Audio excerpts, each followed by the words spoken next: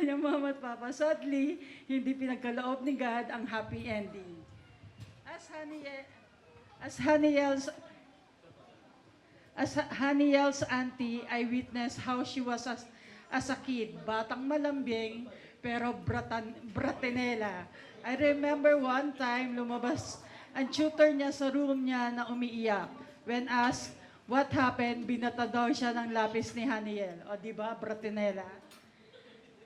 Then another situation, nang may hinihingi si Haniel sa mama niya noon at di siya pinagbigyan kasabot ng anak kong si Michelle, pinagtatapon nila ang gamit ng nanay niya at ni Jake sa bintana sabay takbo.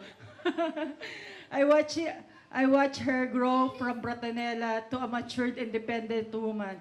And I'm so proud of you, my baby girl.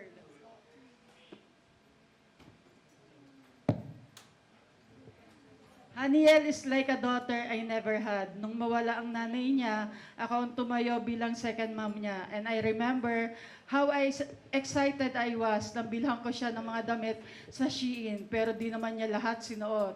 Yung pag nasa bahay kami, siya natutulog at magkatabi kami, inaabot kami ng buong magdamagan sa kwentuhan, tawanan, iyakan. Haniel is such a sweetheart to us and a very caring person. She will extend her hand to help. Di siya madamot na tao, kaya naman lalo siyang pinagpapala. Ayaw niyang dinidiman siya dahil lalo ka lang niyang dededmahin. Kasi may sarili siyang kusa. Pag nagmahal siya, pag-e-effortan ka niya at galante. Pag tinuring ka niyang pamilya at kahit ikaw pa ang pinakamahirap ispilengin na tao, di ka niya iiwan hanggang sa huli. Pero ako, hindi na ako nangungutang dyan. Nangihingi na lang ako.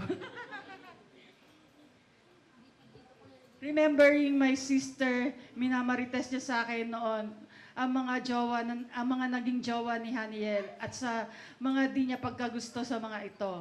Pero sa mga nakarelasyon ni Haniel, tunay na si Jobert ang naiiba. Unang beses namin siyang nakilala si Jobert sa dibo ni Haniel. May bibi siyang malaking bear at bouquet ng flowers. At first, question ko ang pagkatao ni Jobert. But then, this boy tested her relationship with Haniel.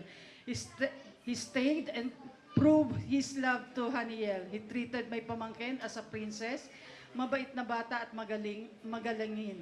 Now that they're tying a knot, kampante kami that our Haniel is in good hand with Jobert. Since wala na dito si Haniel, ako na magsasabi sa iyo na hinahabilan ko na sa iyo si Haniel. Since wala na dito si Haniel, kaya ako na magsasabi sa iyo na hinahabilan ko na sa iyo si Haniel. Bratanela pa din yan, tupakin at minsan at tupakin, pero sana habaan mo pa ang pagpapasensya mo at mahalin mo pa din siya ng tapat. Huwag mong hahayaan katulugan nyo ang mga away nyo. Let God be the center of your love and always apply the word LRT. Love, respect, and trust. I can wait to have Haniel and Jobert will be joining Heavy Gut family soon. I love you both. God bless. There you have it. Once again, palakpakan po natin the tita of the bride.